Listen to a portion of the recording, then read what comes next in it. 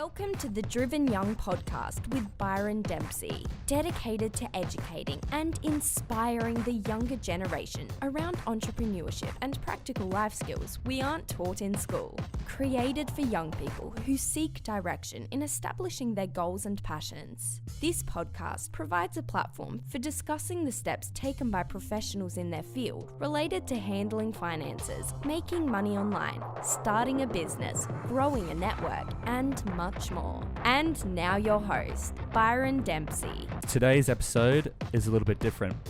This week, I've decided to interview a guest overseas. He's based in Sweden and he's only 13 years old. Next to him in this interview is his incredible father, and together they run a podcast called Invest in You, focusing on helping people get control of their finances, among many other things. Charlie is still a junior in high school, but has already started his entrepreneurial journey. Fredrick, his father, has multiple companies throughout the UK and mainly around finance and property. We explore entrepreneurship from a young age and talk about how social is affecting us and how it can be used to create money. Charlie gives his point of view as a 13-year-old on some interesting topics, and I get to see how his father has created a world of opportunity for him to follow his passion. This is an interesting episode. Charlie is by far my youngest guest, and I imagine will be for a long time. But both of them have a lot of value to bring to the table. As usual, I'll be putting up my favourite clips of the episode on Instagram and Facebook. Feel free to go check them out, and if you want to get in contact with me, just shoot me a DM. Now, over to the boys.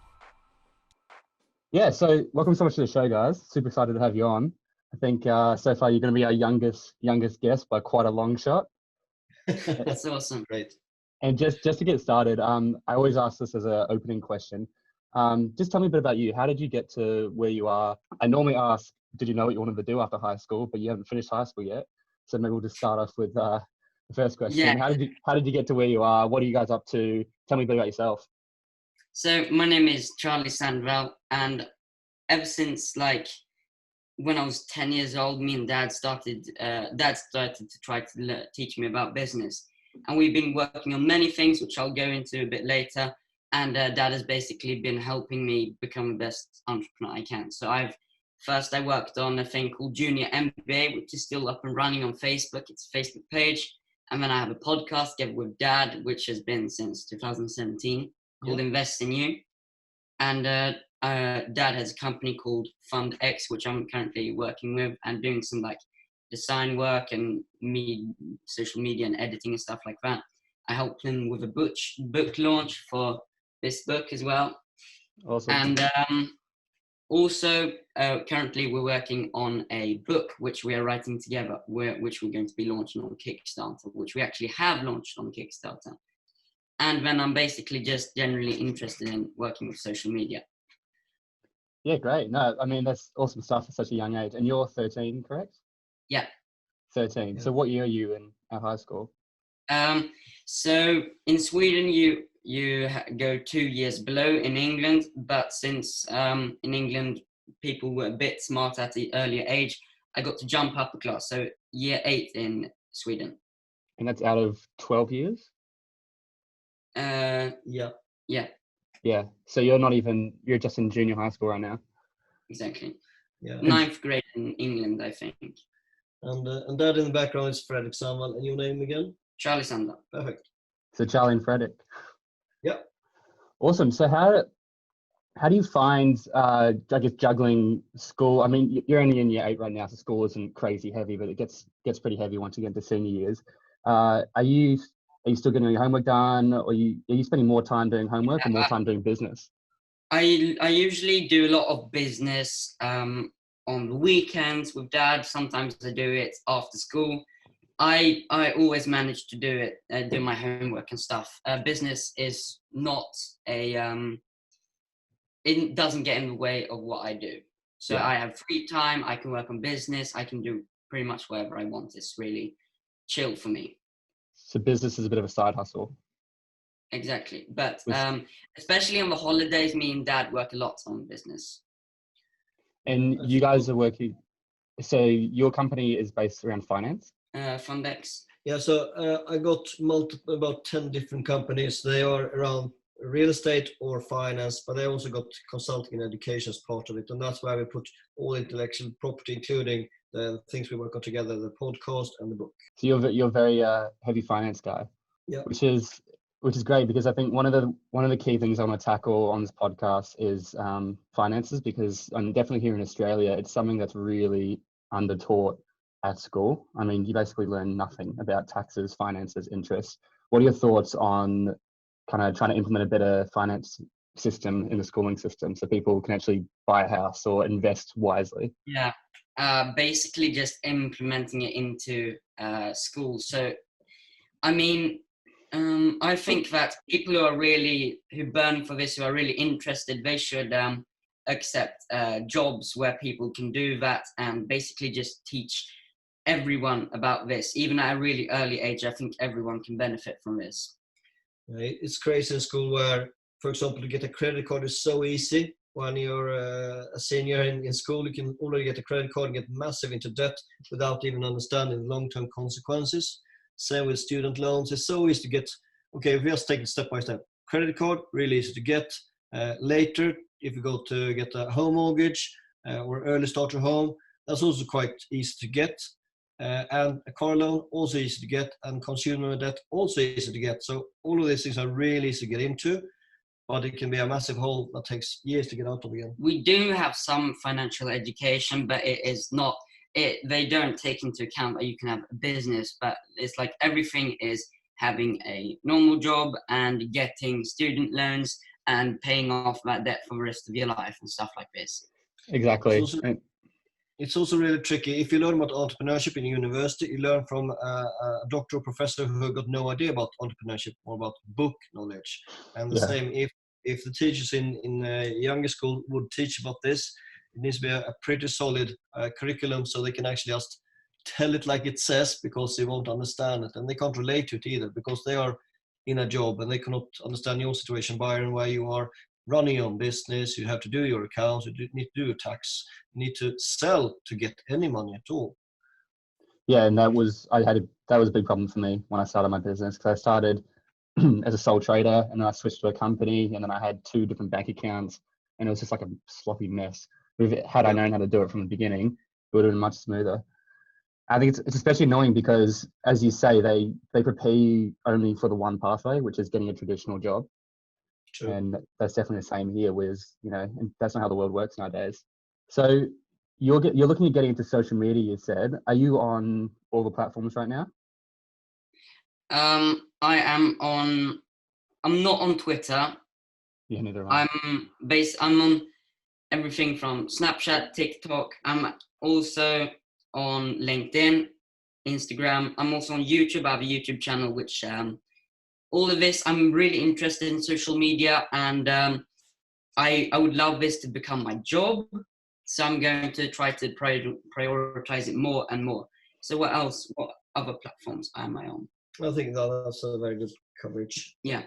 I think that's all. And also for other people who are thinking about doing what you're doing, Byron, or what Charlie's doing, just get the social handles for your name, and you don't even need to do anything to it. Just grab it. Also get a domain name. True. That's it. My dad got our domain name when he got all his kids' domain names when I was like 14, and so I've just had it sitting there for like $5 a year whenever I need to use it, just so it doesn't get done. But yeah, that's a good advice, because even if you're not going to use it now, you could definitely use it in the future.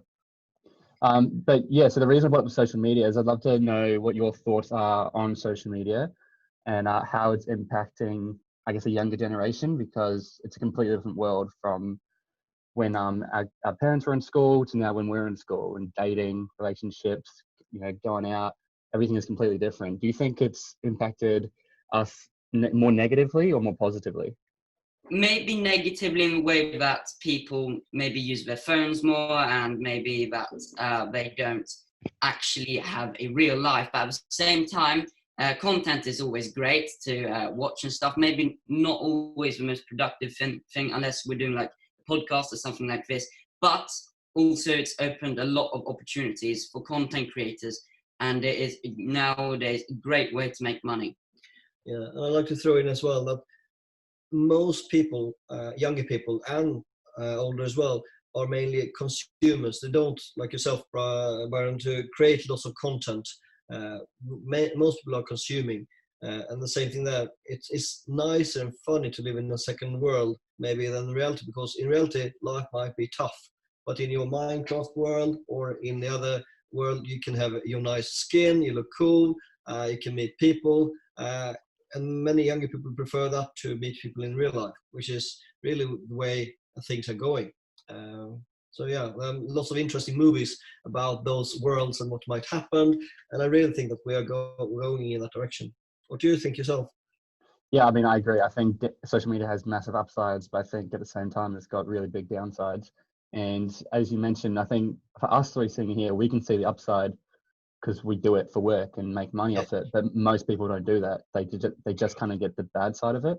Not that social media is all bad, but I think it can be very addictive and have And bad consuming personalities. content can be unproductive. It's always good to have a little fun in your life, because otherwise, just like, in my opinion, no point of living.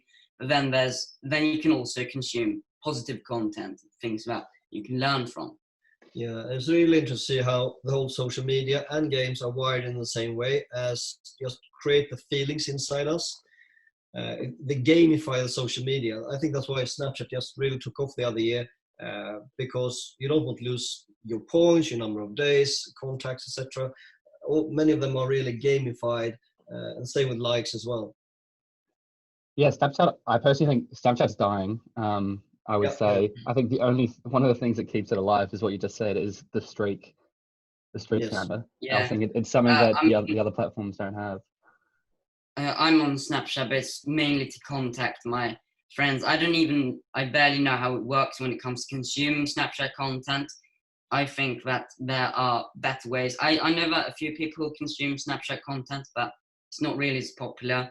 And also these streaks where you have on Snapchat, in all essence, there's no point to them, basically. You don't get money for them, or you don't get anything. It's just like approval or something. Yeah. It's just like it's just a number. Like I know people who have hundreds of days of streaks, and once you get up into the hundreds, it's like, oh, I've committed now. I don't want to give up, and I'll just keep going. And if you hit a year, you get like a certain symbol. So it's these tiny. You're going for all these kind of stupid little imaginary things. But I know people who will, like my sister, if she goes away and she's not going to have signal for a week, she'll give her Snapchat logins to her friends so they can maintain her streaks. I mean, it's just a number, and I think that a lot of people maybe think that it's like how good friends you are or something like that, the higher streak you have or something, but often it's just someone, because in Sweden it's called dagar, which means days. So people just send like a black photo with text that says exactly. dagar. It's completely pointless just to keep the streak going. Yeah. But once you finish high school, streaks become almost relevant. So it's a very, very young age, like high school. But I don't really know anyone who has streaks anymore. Yeah. So we had a great guest the other day, JD Vincent. She is on TikTok, and that's also very much up and coming again. Thinking about the year group, which is just below yours as well, and interesting trend there that the main video format is 15 seconds, which is like 10 times more common than the 1 or 2 minute one. The length of content is just getting shorter and shorter with people's attention span. So you guys are writing a book together, and it's about finances at a young age. Is that correct? Exactly. How to make money as a teenager. And how do we make money as a teenager? I mean, a lot of it is going to be about social media. Dad has worked with like thousands of people, so I think he also has a trick or two up his sleeve. So I really think that this book will be beneficial for basically anyone. It's called How to Make Money as a Teenager, but I think really it's how to make money as any living, breathing person on this planet. Yeah. So the strategies apply. And look, entrepreneurship isn't for everyone, but I think reading this book will give you really good basic knowledge, and also knowledge to be able to expand from there. Yeah, I think it's a great idea because, as I said, finances are so poorly done. So what's going to be covered in the book?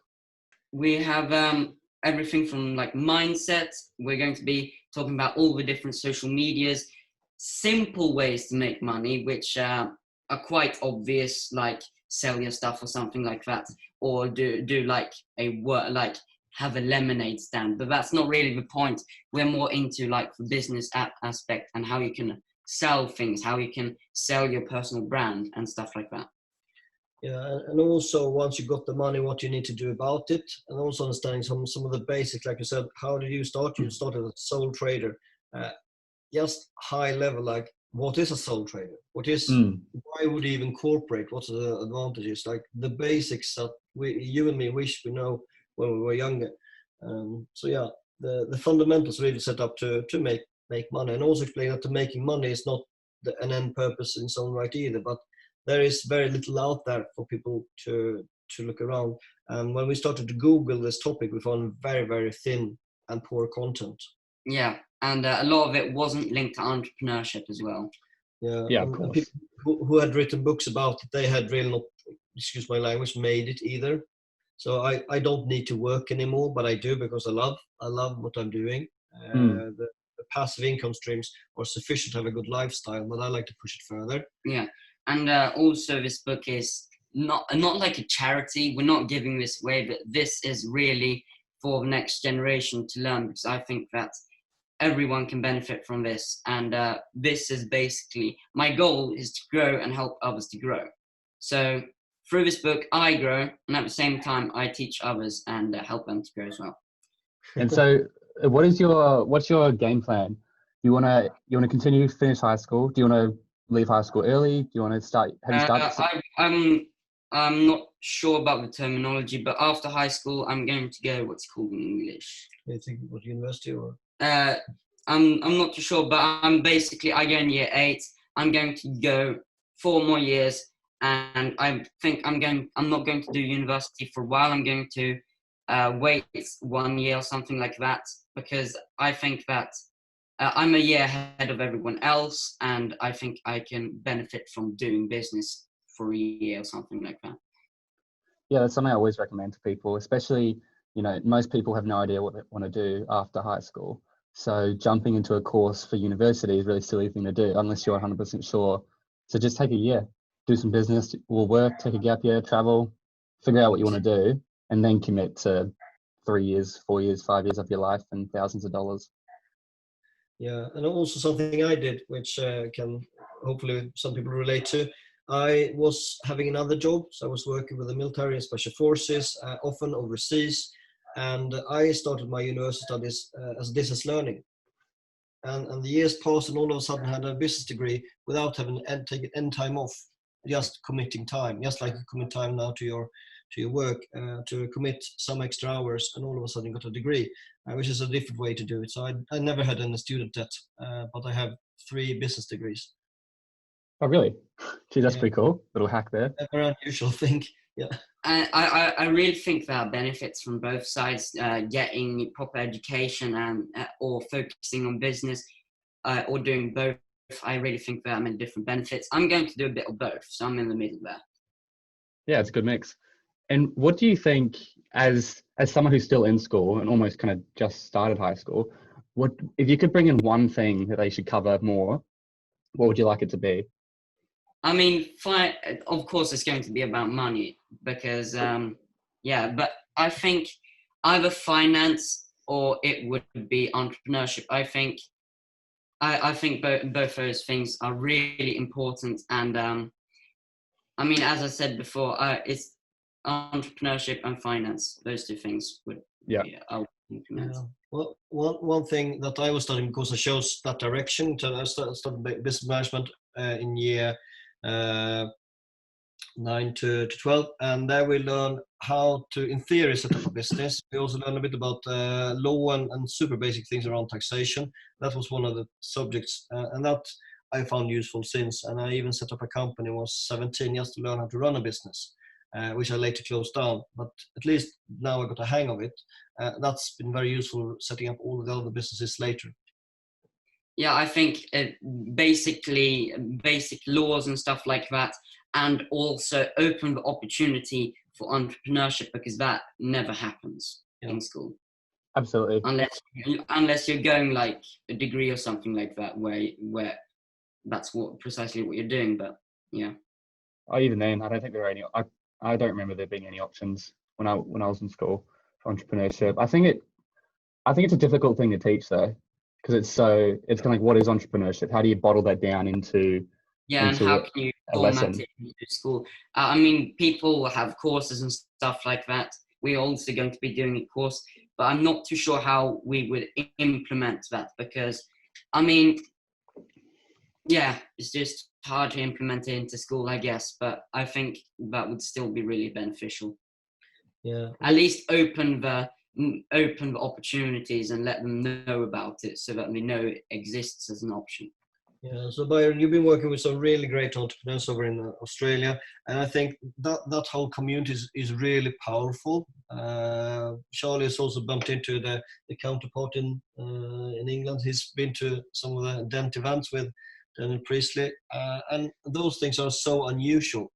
And often in a very short time frame, we can pick up so much more knowledge than you would in Oh many man, I started off working as Glenn, who's the co-founder of Dent, who you guys have met, the other co-founder, and I started off working as his videographer. I was working kind of dirt cheap, working 6-7 days, and was kind of building up.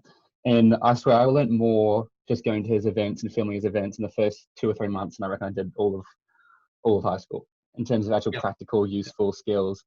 And so, a huge benefit of being a part of the Dent community for me was the community, networking, meeting, which is, if I was to say is another super important thing that I think you should be focusing on, Charlie, and anyone in high school, is starting to build your network early. Yes, I really, really agree with that, because relationships are basically business opportunities. Yeah, and I mean, there's that phrase that goes, "It's not what you know, it's who you know." And I was doing, because I did video. I started out in video, so I was doing free jobs working. So I had quite a few connections in the video industry by the time I was in year 12, and I kind of leveraged those to do this, and then I leveraged my show reel to get the job with Glenn.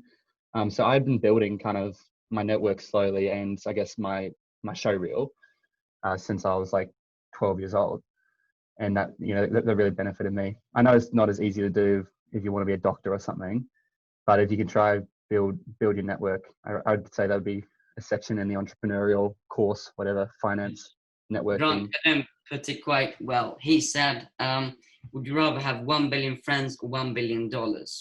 And you can think about what you would rather have, because his point was that if you have 1 billion friends, then if you sell something to them for more than $1, then you've made more money. Basically a profit.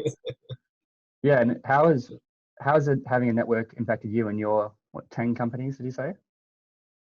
It's huge in terms of the whole area of being an influencer, someone who'd like to help others has been invaluable. So I can get access to new opportunities, been sent to me all week long. Same with finance and funding. It all very much build on trust, your brand, and how you work with other people. And it's been invaluable, really, in terms of where I am today. And I can just almost like turn on a tap and to do it, to double it or quadruple it, or even to do the 10x. It's just a matter of like, where do you put your focus? Like, what kind of deals, what kind of things do you want to work on? How many people would you like to help and serve? That's ultimately how much money you will make in the end, even if it's not as transactional as I just put it. Yeah, I mean, I'm pretty sure there's this guy who his network is so big, people pay him like $200,000 for a half-hour meeting. They just go in and he just gives them all these references to people who he can help, and they'll pay like hundreds of thousands of dollars just to have half an hour with him because his network is so big. So I think it's super powerful. Yeah, we had a guest on our podcast, and he set out a life mission to try to learn from billionaires, because he thought, like, why should I learn from people who not become billionaires yet? I will learn from billionaires instead. And he's interviewed more than 30 already, and it's just hard to even meet one billionaire. I think that was a smart way to put it. At the same time, when you meet people who are just 1 or 2 steps ahead of you, that's easy to learn from. But in terms of aspiration, why not learn from people who made it big? Yeah, exactly. So, Charlie, you've been interviewing lots of people on the podcast. You just a number of episodes before, Byron. What has the podcast helped you to do and learn? I mean, first of all, having a podcast is always quite beneficial. And then also it is the learnings from all the people that we've interviewed. We've had John Cardone on a podcast, but basically Dad did this podcast with us so that we can learn. Yeah, it would be way easy for me to just do the podcast on my own, but I try to engage both of them as often as we can, because in the end of the day, we love to help others, but the best way to help even Charlie to get onto their journey is to help them on the first steps, and the podcast is a great tool to do exactly that. And if you have got a podcast which got some traction, it's really an easy way to contact anyone. I mean, you're in sales because you got your own business. You can pretty much call on anyone all over the world, and they might want to be on the show. It's not easy, but it's way easy to get contact when you have a platform, so they get value. Yeah, well, I mean, it's kind of like a difference between going, hey, can I have an hour of your time to talk to you? It's like, no, Exactly. if you're talking to someone who's a bit of a bowler, they'll be like, no, I charge 50 grand to talk to me for an hour. It's like, hey, do you want to come on my podcast? I've got 20,000 people who listen. We can help you with your brand or something. They'll be like, yeah, sure. What's the difference? You're just recording it and putting it out. Yeah, exactly. So it's just a conversation we're putting out. We talk about leverage all the time. Why do I talk about leverage all the time? You can save a lot of things. You can save time. You can save money. You can save a lot of things through leverage. Yeah. So using a platform, or I mean, like we're doing now, it's a little bit almost like collaboration. So we help each other's networks to expand, and it's perfect. So off the podcast, what do you think would be your biggest takeaway that you've learnt from any of your guests? Biggest learning from guests. Tricky question. Yeah, it's a really tricky question. I mean, I would say the whole concept, the whole big collective of knowledge, everything from how you should dress, which was one episode, to how you work with your brand, how you work on your social media. Seeing all these points from how you can implement business into your life. So a lot of people are working with social media on a podcast. Some people are working with real estate and a lot of other things. Yeah, no, I think... And all of these things together gives you like a great view of what kind of business you can do. Yeah, I would say my business learning in my whole career is that I am more of a generalist than a specialist. I have got lots of... What do you mean by that? Can you define? What I mean by that is I try to be good at everything, which means I'm average. No, I'm actually better than average in many things. So I try to be almost like specialist, but in key areas, not just go deep and be an expert. The one thing. Exactly, because that helps it. It's so much easier. I know finance, I know law, I know taxation, I know how to teach present, and all of those things together helps me to create assets, and also helps me to find the right people to work with. And I rather delegate out the expert tasks so that I can focus on the big picture. That I think is the holistic, high-level picture to allow you to be more strategic, to also allow other people, even like in your team, to become a great person I was working with in the UK. He's also been down the same route as we mentioned Dan before. He had reached a level where he had tried to have a number of smaller key persons of influence below him, which means all of a sudden it's not only about him, he had lots of influences underneath. If you'd like to really grow your brand and grow a solid business, then you need to have other people also working on becoming influencers in their own right. So Charlie is an influencer, even more in training, and you more in business, and you have all of these mini-me's inside the organization. All of a sudden pulling in the same direction becomes really, really powerful, while usually many companies don't have one influencer at all. Yeah, no, that'd be super powerful. And the point you said there, we talk about in Dent a lot, is the entrepreneur's bet, which is delegating any of the tasks that you're not good at and just focusing on your strengths. And so I'd say to the younger audience, if you can try to figure out early on what your strength is, which is incredibly difficult to do. I don't even know what mine is yet. If you can figure out what your strength is, what you're really, really good at, and if you can just focus on that, and then pay people to do. Maybe if you're a generalist, what are your strengths? Yeah. what many different things you specialize in. Stuff Yeah. like So that. if you're a specialist, figure out your strength. If you're a generalist, figure out what are your 3, 4, the 5 things you're good at.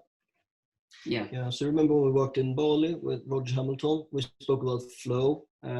It's all around like, if you can allow people to work to their strength instead of trying to become better at their worst part, not so much better. People will be in flow, they will appreciate and like more what they do, and they will enjoy going to work instead of hating it.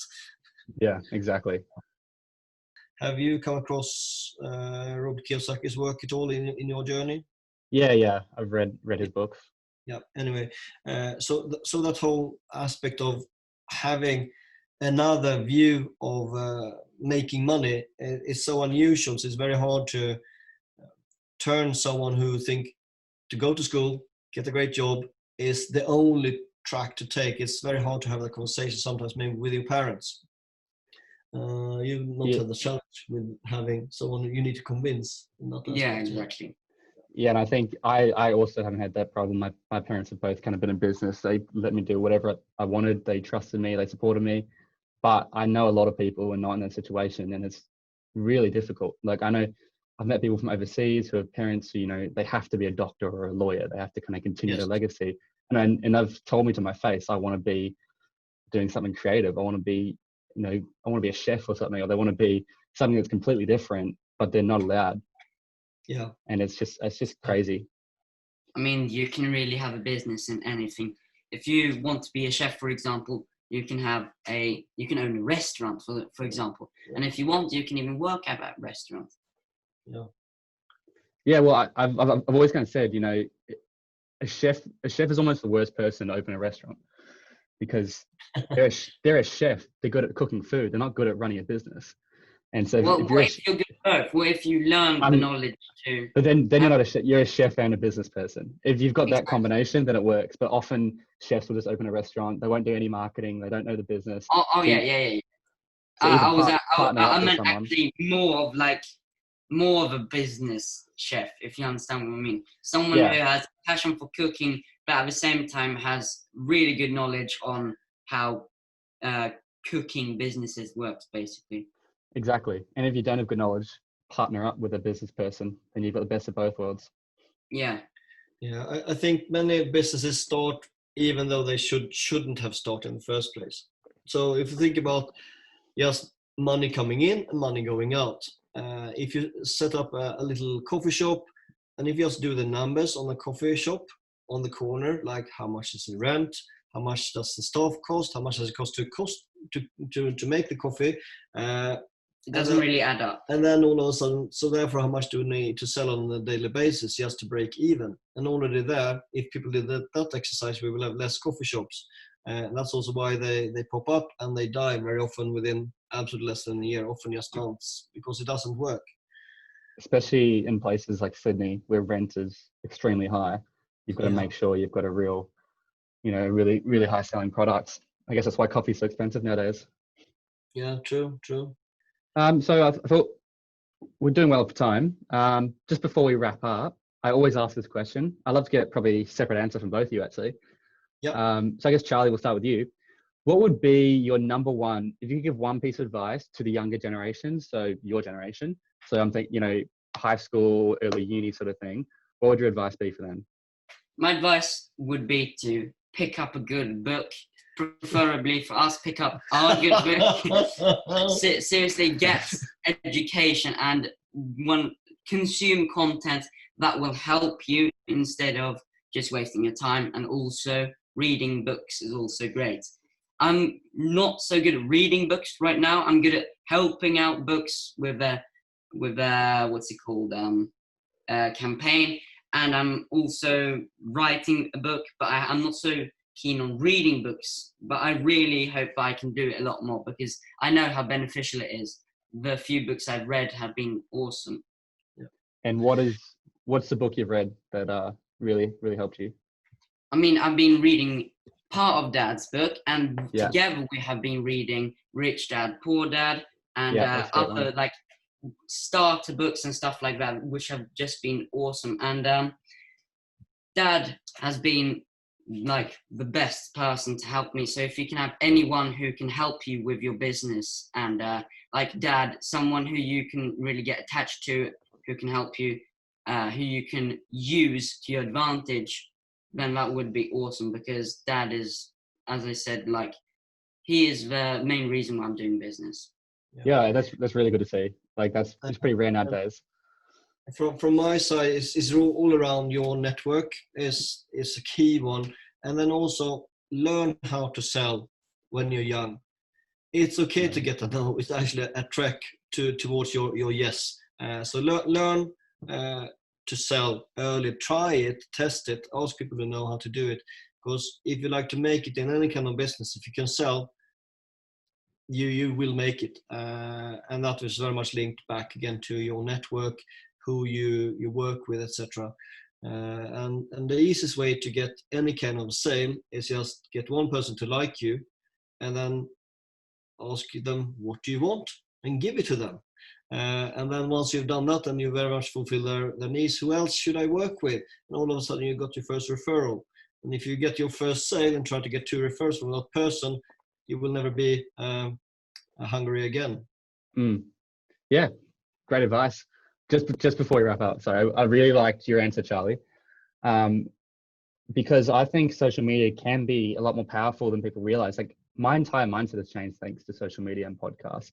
Like it's got me to where I am. I know people. I remember once I brought it up and they're like, "Oh, you're one of those people who listen to podcasts." And I was like, "What does that mean?" But some people think it's like a negative thing. But if you start listening to podcasts instead of music, not instead of music, you still listen, but just replace it. When you're at the gym, listen to a podcast. Start following people, Gary, Grant, you got all those people on your Instagram, so your feed becomes more educational stuff. Especially if you get in at a young age, at 13, by the time you're 18, you've consumed so much content around business that you've actually learnt heaps and heaps just through social media, instead of just looking at memes and whatnot. No, I completely agree. I mean, what you also have done there to be almost like an intern, but not an intern at the same time. I was. Yeah, exactly. To do right. the video stuff. I mean, I can guarantee that the content you have consumed is way more powerful than to do a bachelor or even master's in business in terms of usability. Oh my God, I've consumed so many because I've got to edit them. So I've consumed like 300 videos. Yeah. So I agree. But yeah, guys, thank you so much for your time. I really loved having your podcast, and we covered some awesome stuff. And thanks so much. Oh, where can the people find you if they want to find out more about your Kickstarter campaign? Especially with Kickstarter campaign. Of course, it's on our Kickstarter. We've got a link there, but most importantly, our website on this, which is h2m.money. And there you can find the Kickstarter link and more information about this. Yeah, perfect. Awesome. And we are lucky. We both got unusual names. So Fredrick, Swedish spelling Fredrik, and then our surname Sandvall, Sandvall.